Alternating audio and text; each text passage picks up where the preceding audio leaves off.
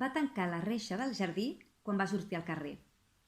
La càries immobiliària dels 70 va arrencar moltes cases baixes i les va substituir per blocs de pisos, però el barri gairebé no s'havia després del seu caràcter de poble, encara que fes un segle llarg que teòricament formava part de Barcelona.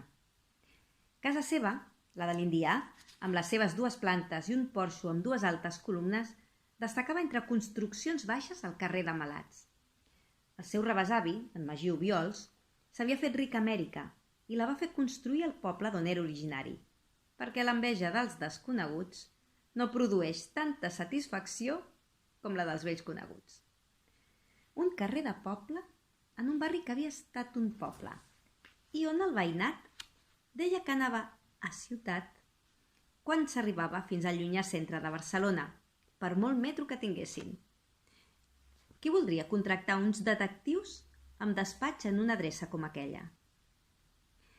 Quan va arribar a la cantonada, el cruixit penós del sobre amb l'informe la va advertir que si continuava repicant-lo contra la seva cuixa acabaria ben arrugat. Va afluixar la marxa.